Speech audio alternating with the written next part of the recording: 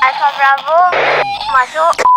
Bila ada gosip masuk, sepantas kilat Cik Koci masuk kereta. Gosip dalam kereta.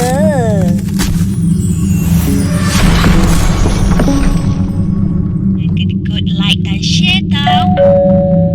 Assalamualaikum dan hola semua. Selamat datang ke Cik Koci Channel.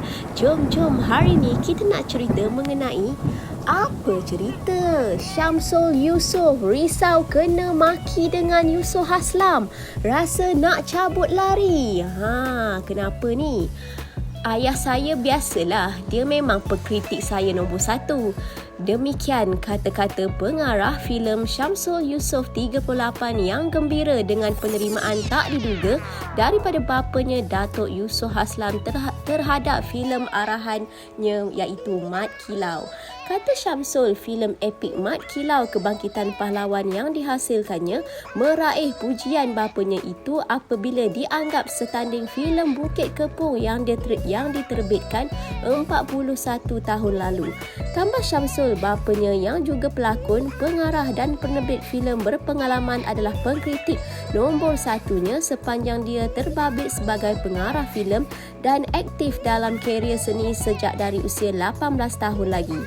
Sebelum ni, filem saya yang paling dia suka tapi dia tak beritahu saya ialah Munafik 2. Tapi saya tahu juga.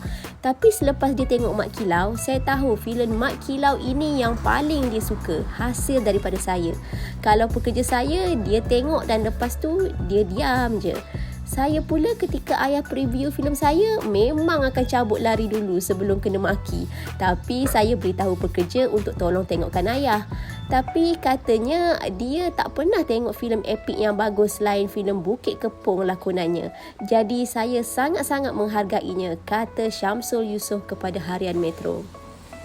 Syamsul berkata pembabitannya dalam penghasilan filem juga sebenarnya mahu menunjukkan bakat yang dimiliki dan diwarisi kepada bapanya. Katanya bapanya adalah individu yang menjadi pengaruh utama dalam kejayaannya. Sebenarnya ketika saya buat filem ini iaitu Mat Kilau, saya nak tunjuk pada ayah saya. Ayah tengok ni. Sebabnya ayah saya memang tak akan bercakap bagusnya kau, tapi saya hanya akan tahu daripada kawan-kawan. Ada jugalah dia cakap sikit depan saya, okey bagus-bagus, itu saja. Tapi tak apalah. Ayah saya ni mungkin sifat dia tu keras, tapi dia keras dengan saya saja. Mungkin sebab saya anak pertama. Dengan adik saya dia lembut sikit, tapi ketegasan dia itulah yang mungkin buat saya disiplin buat filem sampai macam ni. Ya, ayah influence saya juga. Syamsul Yusof ini adalah produk yang ada Yusof Haslam, Syuhaimi Baba, Badai Azmi, Rashid Sibe, Aziz M. Osman dan Irma Fatima. Saya kaji sejak dari sekolah lagi. Jadi dalam filem saya mesti ada sedikit style yang menjurus sentuhan gaya pembikin filem kita, kata Syamsul. Ditanya juga perancangannya untuk menghasilkan filem remix sebagaimana dilakukan pembikin filem Hollywood, Syamsul berkata hasrat itu memang ada, namun pada masa sama dia juga mempunyai banyak idea untuk menghasilkan karya-karya baru. Untuk info, bakat mengarah filem Syamsul diwarisi dari bapanya Yusof Haslam yang juga pengasas syarikat produksi Scope Production.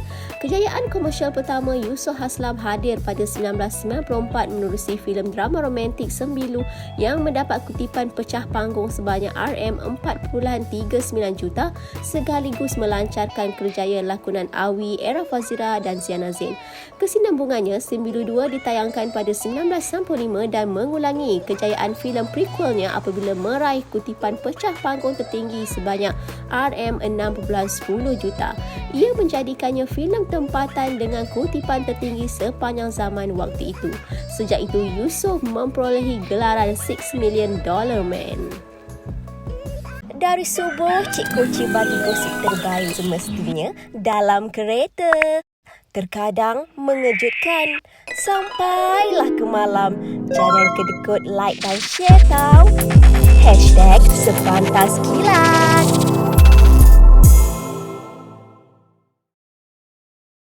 Diulangi, artikel ini diambil dari artikel berkenaan. Sebagai penggemar media hiburan, harus berhati-hati dalam memilih sesuatu isu. Kami tidak bertanggungjawab kerana pihak kami tidak tahu kesahihan berita yang dikeluarkan. Jangan meletakkan kepercayaan penuh dan membuat spekulasi atas perkara yang kita tidak pasti. Menghayati hiburan boleh, jangan sampai kita melibatkan diri dengan fitnah dan buka aib mereka.